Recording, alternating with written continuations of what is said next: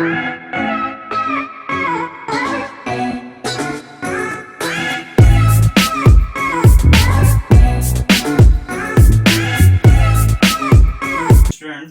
NCERT solution question number 1 में one का D part तक हो गया था। आज हम लोग पढ़ते हैं फोर्थ पार्ट तक होगा, फिफ्थ पार्ट पढ़ते हैं। एनसीईआरटी एक्सरसाइज 1.1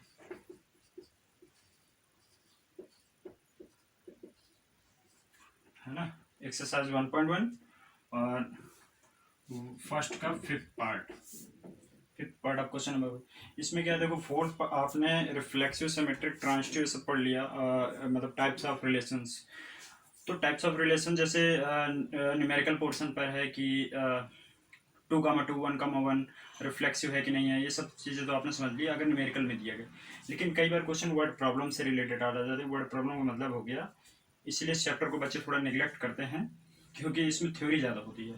तो जो फिफ्थ पार्ट है वो बेसिकली बेस्ड फुल्ली थ्योरी, उसमें कोई कैलकुलेशन कुछ नहीं है ना।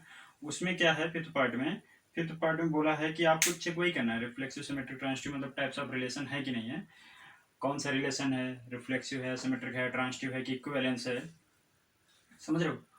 लेकिन इसमें जो फिफ्थ पार्ट में आपको ये जानना है कि मतलब इसमें जो क्वेश्चन दिया है वर्ड प्रॉब्लम से रिलेटेड दिया है कि दो पर्सन के बीच का रिलेशन दिया है। जो इसका फर्स्ट पार्ट है वो है X and Y work at same place. Okay, X और वाई जो है एक ही प्लेस पर वर्क करते हैं। अब इसमें चेक करना है, अब इसको कैसे चेक करेंगे। रिफ्लेक्सिव का कंडीशन क्या होता है, सेम पर्सन के साथ रिलेशन होता है। तो इसका मतलब एक्स का एक्स के साथ रिलेशन होना चाहिए, मतलब या फिर हो सकता है X and X work at same place, या फिर Y and Y work at same place. दोनों में से आप कोई भी लिख सकते हो।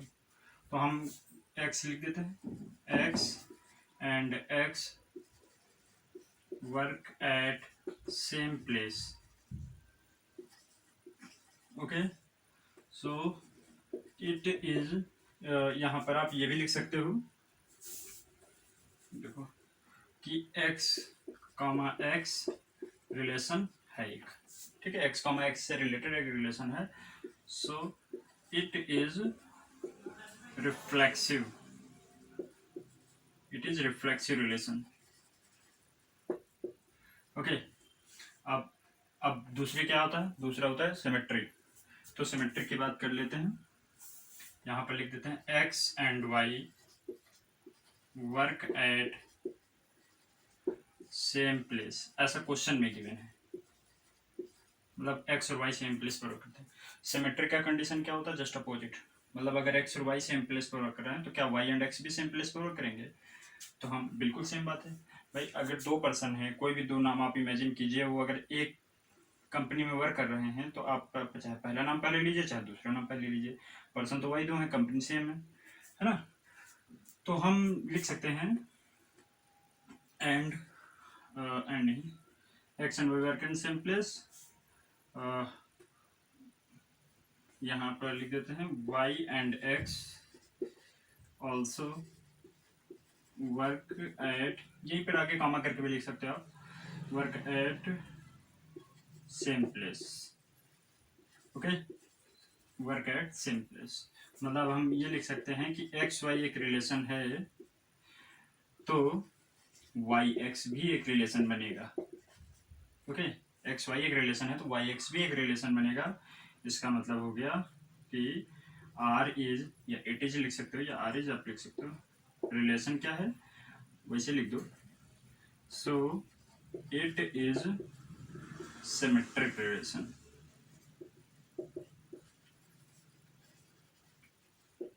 है ना, सिमेट्रिक रिलेशन।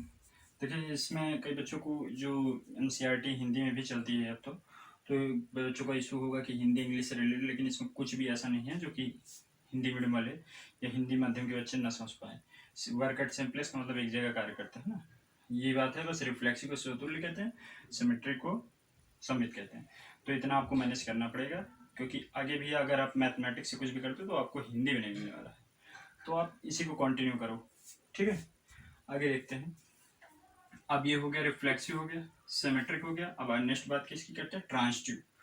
तो हम लिख देते हैं X and Y work at same place.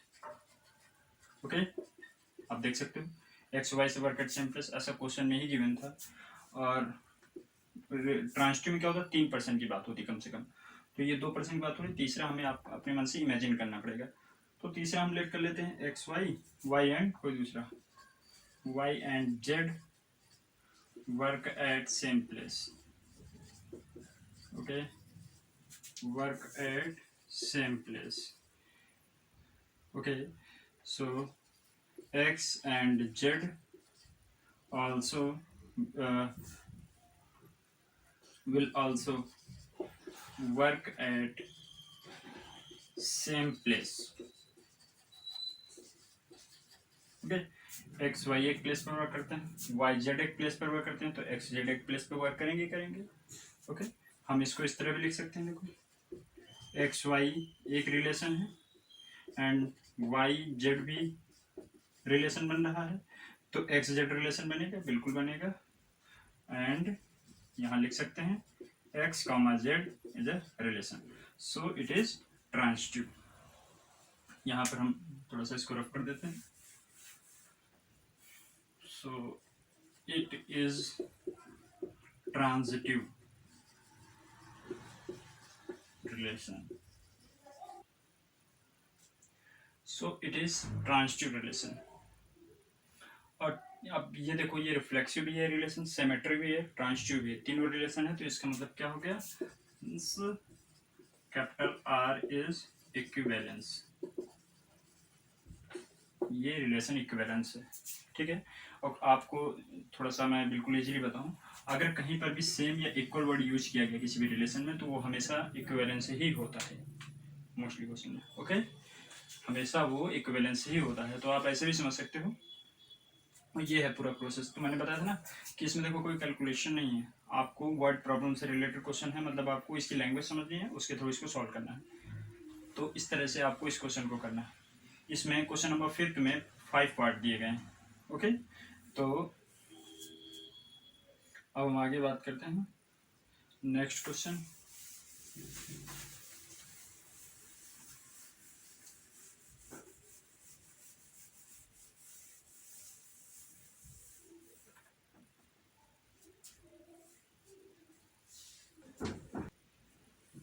तो इसके 5th पार्ट है, अभी एक पार्ट देखा गया, आगे नेक्स्ट पार्ट नेक्स्ट वीडियो में कंटिन्यू करेंगे, ठीक है। तो अभी आप समझिए, कोई प्रॉब्लम हो तो ज़रूर बताइए। ओके, और जुड़े रहिए हमारे चैनल के साथ। और किसी तरह का कोई कन्फ्यूजन है सोल्यूशन से रिलेटेड, एनसीईआरटी सोल्यूशन, अभी और भी बुक्स के सोल्यूशन इसमें आएंगे, ठीक है। धीरे धीरे वेट करिए, सारे सोल्यूशन आपको मिलेंगे। और कोई भी क्वेरी है मैथ से रिलेटेड तो ज़रूर बताएं, वो भी आपकी सॉल्व कर दी जाएगी।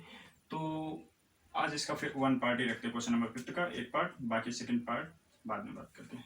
Okay, thank you so much for watching this video.